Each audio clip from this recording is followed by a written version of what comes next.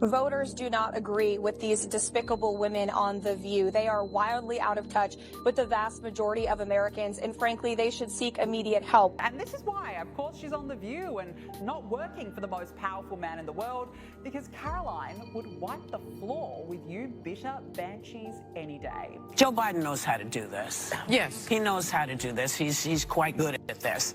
And you know, you can't refute anything with him because he just, when I say him, I mean... He rambles. Trump. Yeah. He tends to just...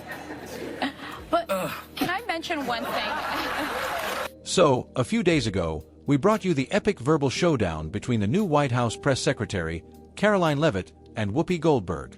But what we failed to show you, due to time constraints, were the details of the encounter and the epic reactions. So brace yourselves, because what you're about to watch next will shock you. In the meantime, remember to subscribe to this channel if you don't want to miss. I too am a working mom and always have been. I've been a professional woman since I graduated from college or law school. But now there's, I think, a good thing, which is like the restoration of valuing so-called traditional, moms, and that's great. The women who take care of their kids full time. Most of my best friends are doing exactly that. But it seems like in the right, there's like a bit of a shift toward like, you can't do what Karoline's doing. That's actually like an unsafe or a dangerous or a bad choice for families, for children, which I reject wholesale, but you hear it more and more. Yeah. Do you hear that, and what do you think of it? Epic moments like this. Right off the bat, the woke mob did what the woke mob does best: lose their minds and try to mom-shame her.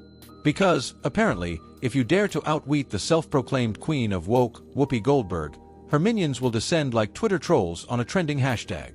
And with the woke brigade, nothing, and I mean nothing, is off limits. Not your arguments, not your character, and certainly not your family. So, what was their brilliant comeback after Leavitt verbally suplexed Goldberg on national TV? Did they challenge her facts? Her professionalism? Nope. They went full 1950s and asked, why is a mother of a 7-month-old even working? Yes, folks, the same crowd that screams, women can do it all, suddenly hit pause and decided that this particular working mom was out of line. Apparently, if you embarrass a daytime talk show host, you're supposed to go home, bake cookies, and think about what you've done. I would reject that it's a bad choice. Is it a tough choice? Absolutely. You know, as a mother, you want to be with your child 24/7. You have that maternal instinct. 27. Yeah. Not all the time. Well, right now, yes, because he's 7 months and just squishy and lovable, but I'm sure that will change. No, but you know, you do have that maternal instinct, but also recognizing, like, I'm doing this work for my son and for all children to make this country better, and it's a once-in-a-lifetime opportunity. Yes. It's also it's temporary, right? In 4 years, my son will be 4 years old, and the president will no longer be at the White House, and then I'll move on and do something else. But, you know, this chaos of 24/7 work is a temporary matter, and that's what at least I tell myself to get through these very long and hard days. But I would reject that you can't be a good mom and be good at your job. I think you can do both. Certainly it's not for everybody, and it takes a lot of work and will and faith and prayer, and it's hard, but it can be done. And, you know, I would reject that. Hypocrisy through the roof. Self-awareness. Somewhere in witness protection. And just like that, Karoline Leavitt effortlessly obliterates the woke outrage, like swatting away a fly with a sledgehammer. She calmly explains what should be common sense. It is possible to balance motherhood and a career without sacrificing one for the other. Groundbreaking, right? Someone alert the think tanks. But here's where Leavitt really flips the script. She unapologetically embraces traditional values, acknowledging that juggling work and raising a child is tough, and it's not for every woman. Shocking, I know. A woman daring to say, hey, my lifestyle isn't one size fits all, unlike the left's you can have it all, or you failed feminism mantra. Leavitt takes a more mature approach. She graciously points out that women who choose full-time motherhood deserve respect, not condescension. Because, believe it or not, nurturing the next generation is just as valuable as climbing the corporate ladder. In the end, Leavitt doesn't just win the argument. She exposes the left's hypocrisy. And I gotta ask you, because they said it, are you aware of any plots from Elon Musk to push President Trump down the stairs? Absolutely not. Let me be unequivocally clear about that. And watching this clip, I couldn't help but think how ironic that Whoopi Goldberg and Joy Behar and the rest of the ladies on The View spend their time calling Republicans the conspiracy theorists.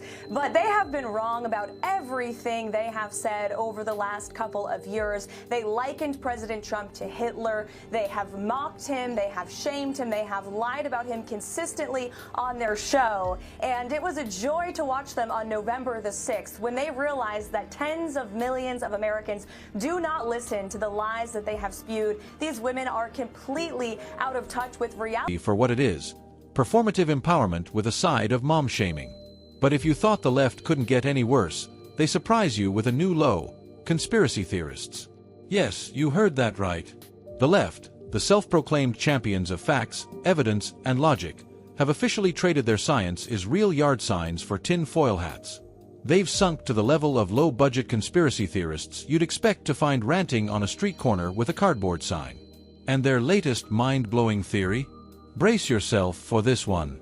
Apparently, Elon Musk, the guy busy launching rockets and revolutionizing transportation, has secretly hatched a plot to take down Trump by pushing him down the stairs. Yes, really. Because nothing screams billionaire master plan like schoolyard tactics. And who's leading this intellectual charge? None other than The View's finest, the daytime talk show harpies who somehow convinced themselves they're running a congressional committee from their coffee table. Why? Because Leavitt destroyed their queen bee, and they wanted their pound of flesh. So, what better person to target than Leavitt's boss, Donald Trump, and his friend Elon Musk? It's like what? A lot of women are preparing themselves for the impact of the incoming administration, which has led to this growing mantra from male right-wing incels. Your body, my choice. Say that to my face. Satire right itself. But Karoline Leavitt wasn't about to let that nonsense slide. She fired back with some choice words that didn't just debunk the lunacy but left the conspiracy crowd scrambling for their next half-baked theory. Never one to back down easily, Whoopi Goldberg mustered the courage to take another swing at Karoline Leavitt, albeit indirectly, of course. Because even she knows the kind of verbal obliteration that awaits anyone foolish enough to challenge Leavitt head-on. So, instead of confronting Leavitt directly, Goldberg took the coward's route. She set her sights on Trump. And that's when she did the unthinkable. Right there on national television, Goldberg spat after uttering Trump's name. Like a cartoon villain who just tasted defeat. Classy, right? Because nothing says intellectual rebuttal like spitting on cue. Well, Leavitt didn't let that one slide. She fired back with the precision of a surgeon and the force of a freight train. This is what passes for debate now. Leavitt scoffed. When you can't win on facts, you resort to playground antics. Imagine being so triggered by one man's name that you start spitting like a toddler refusing broccoli. It's embarrassing. No wonder daytime TV ratings are in free fall. And she didn't stop there. Leavitt called out the hypocrisy loud and clear. These are the same people preaching about civility and respect, yet here they are turning ABC into a slapstick comedy show. By the time Leavitt was done, Goldberg's bold statement looked less like defiance and more like desperation. The internet agreed. Memes flooded in faster than The View's producers could hit the commercial break. Many who followed the heated exchange between Leavitt and Goldberg threw their weight behind the White House press secretary.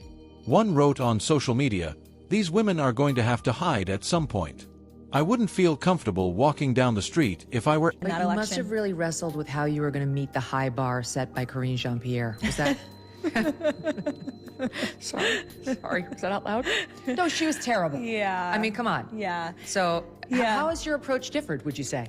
I think it's vastly different. And if you ask people, even in the legacy media, even the Trump haters, they will tell you the approach has been much different. Not just for me, but the entire White House. Oh, absolutely. They come in my office every day and they'll admit that off the record. Oh. Maybe not on the record, but they will say they appreciate the access and the transparency and the preparation that goes into my briefings, and everybody on our team, by the way, who goes out to the cameras and speaks. We have great policy experts who are great spokespeople for the president. Any of them. Others pointed out that she spat in the face of all Americans who voted for Trump. One commented, literally, "She spat in the face of Trump supporters." What is that? half the American people. Some also thought that Whoopi's antics were just part of an elaborate act to get more views on the show. They wrote, "I'm convinced they pay her extra to act foolish." Continued. Karoline Leavitt's dominance in the political arena continues to send shockwaves, leaving her critics scrambling for ways to counter her. But no matter how much they try, they seem to only embarrass themselves further. The more they attack her, the more they expose their own contradictions. It's almost comical at this point, watching so-called feminists attempt to tear down a strong, successful woman simply because she doesn't fit their narrative. Instead of acknowledging her talent, they resort to the usual tactics: ridicule, misrepresentation, and outright lies. They don't debate her on policy or argue facts. They target her personally, hoping to wear her down. But what they fail to realize is that Leavitt isn't someone who can be intimidated. If anything, their relentless attacks only fuel her fire. While they whine and complain. According to an IG report from the Social Security Administration, there was $71 billion worth of fraud in one single fiscal year that we know about. And so that is a lot of fraud, Peter. To be clear, that $71 billion was from 2015 to 2022, so it wasn't in just 1 year. And it was $71 billion. But it wasn't in 1 year, just over multiple years, from 2015 to 2022. So are you defending $71 billion in fraud, Peter? That's a lot of money. Why is the media so against cutting waste, fraud, and abuse from the government? I don't get it. I just want to ask a question. We won't be deterred. We will not be deterred from people like you and the press. She stands firm, ready for whatever comes next. Despite the constant backlash, Leavitt remains focused on her work, refusing to be distracted by the noise. She understands the game being played and refuses to stoop to their level. Instead of engaging in petty name-calling or emotional outbursts, she responds with logic and facts, dismantling their arguments with ease. Her calm and collected approach only frustrates them more, making their desperation even more obvious. What's even more amusing is how the same media figures who criticize her in public are the ones quietly seeking her out behind the scenes. They know she's effective, they know she's intelligent, and they know she's one of the few people in Washington who actually has her act together. But instead of admitting it openly, they continue their public charade, pretending to be outraged while secretly respecting her abilities. It's hypocrisy at its finest, and Leavitt sees right through it. The desperation has reached new heights, with critics now resorting to outlandish conspiracy theories in a last-ditch attempt to discredit her. When logic fails, they turn to fantasy, inventing absurd scenarios that make them look ridiculous. And yet, they wonder why the public is losing trust in them. They claim to be champions of truth, yet they willingly spread misinformation just to push their agenda. Leavitt doesn't need to shout or throw tantrums to make her point. Her presence alone is enough to send her opponents into a frenzy.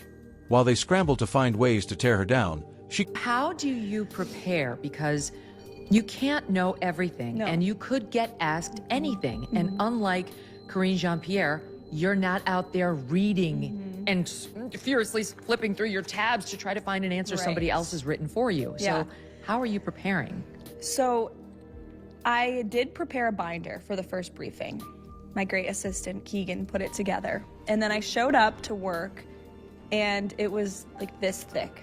And I was like, I can't even move this. I can't use this. It was too cumbersome for my brain and the way I learn and think and study to have that. It felt like added weight.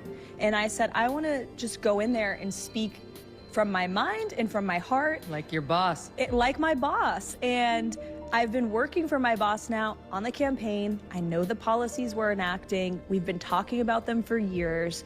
And in school, I was that way. Like studying, I would just read, highlight, memorize, articulate. And then it goes off to the side. Yeah. And you talk. Exactly. And that right there explains the secret behind Karoline Leavitt's lightning-fast answers and devastating clapbacks. Karoline Leavitt's rise isn't just a political story. It's a cultural shift, a reckoning for the so-called elites who have controlled the media narrative for decades. They're watching, helplessly, as someone they underestimated completely turns the game upside down. And that's what frustrates them the most. Leavitt wasn't supposed to succeed. She wasn't part of their carefully curated club of approved voices. She wasn't handpicked by the establishment, groomed to say all the right things while playing within the safe boundaries of acceptable discourse. No, she came in like a storm, unbothered by the rules they set, and completely rewrote the playbook. She didn't need legacy media's approval, didn't rely on their coverage, and certainly didn't wait for their validation. Instead, she used their own tactics against them, exposing their hypocrisy in real time, leaving them scrambling to explain their double standards.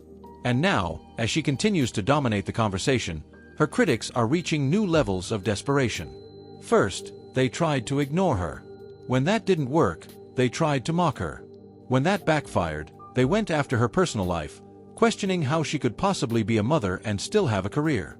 And when even that blew up in their faces, they defaulted to their usual strategy: labeling, misrepresenting, and hoping the public would just accept. I think she's probably been put in there because, according to Donald Trump, she's a 10. You know that's what it is. I want to be clear, though, it's not her first job. It was her first press briefing. She worked in the previous job. Whatever narrative they pushed. But here's the thing, people aren't buying it anymore. For years, mainstream media and Hollywood elites have operated under the assumption that they can dictate public opinion, that whatever they say is automatically accepted as fact. But the digital age changed the game. People have more access to information than ever before. They can see through the manipulation, the selective outrage, the blatant contradictions. And Karoline Leavitt represents everything they fear: a strong, independent thinker who isn't afraid to challenge the status quo and, even worse, someone the public actually listens to. And let's talk about that hypocrisy for a moment. The same crowd that claims to champion women's empowerment was the first to try and tear her down the moment she became too influential.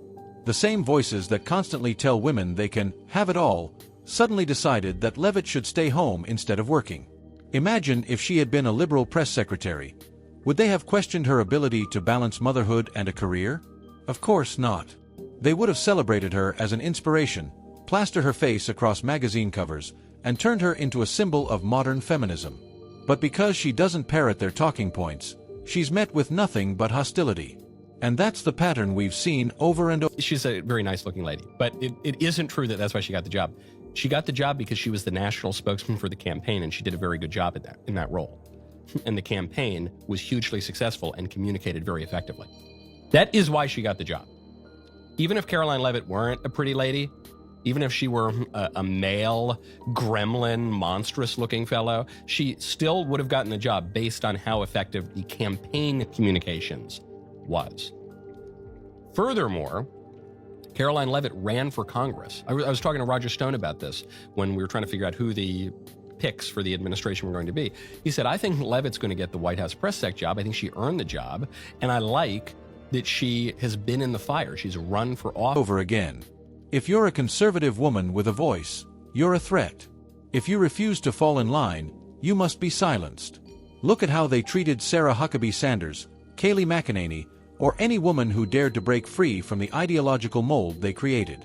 They weren't attacked for their policies or their professional qualifications. They were attacked for existing in a space the left believes belongs to them. But here's where it gets even worse. While they publicly bash Leavitt, calling her everything from inexperienced to a Trump puppet, privately, they acknowledge her influence. Reports have surfaced that some of the same journalists who criticize her on air are the ones trying to maintain a working relationship with her behind the scenes. Why? Because they know she holds the keys to media access they couldn't get under the Biden administration. So publicly, they smear her. Privately, they shake her hand and thank her. That's how broken the system is.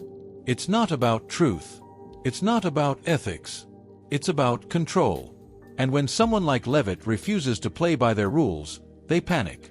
That's why we see these ridiculous attacks, the desperate smears, the never-ending cycle of outrage that ultimately amounts to nothing.